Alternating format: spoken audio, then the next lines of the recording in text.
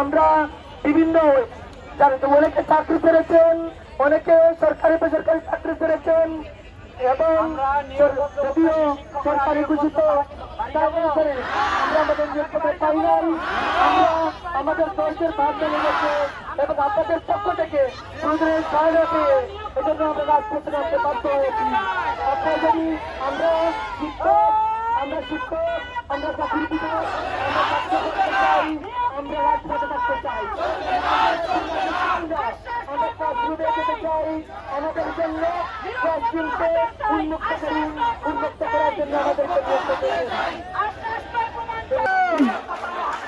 দাবি মেধার একটাই, নিয়োগপত্র হাতে চাই, নিয়োগপত্র হাতে চাই, নিয়োগপত্র হাতে চাই, দাবি মেধার একটাই, দাবি মেধার একটাই, দাবি মেধার একটাই।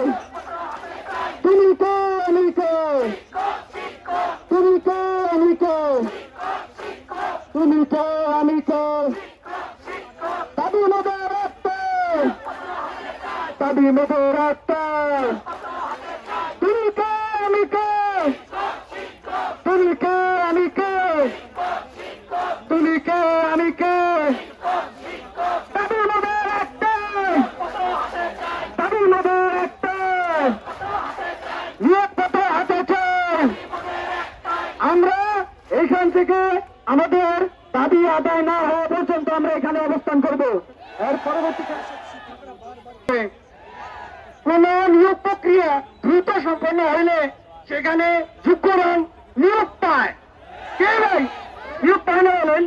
যেখানে কাল কেমন হবে, সেখানে টাকার বিনিয়োগ হবে, সেখানে মেধাবীরা চান্স পাবে না। আপনি বুঝুন না, বুঝবেন না। আমরা সবাই বুঝি, আমরা সবাই লেখাপড়া করে আছি এখানে প্রায় 3.5 বছর ধরে লেখাপড়া করি। যেদিন আমি ভাইবা দিতে গেছি, আমার জেলা প্রশাসক মহোদয়, আমি আমাকে খুব শ্রদ্ধাভাবে স্মরণ করতেছি, উনি আমাকে বলতেছে তোমার পরিবারে কয়জন উপার্জনক্ষম লোক আছে? আমার বাবার চোখটা তখন ভাইসে উঠছে আমার চোখে, আমার চোখ দিয়ে পানি পড়তেছিল, আমি কথা বলতে পারি নাই।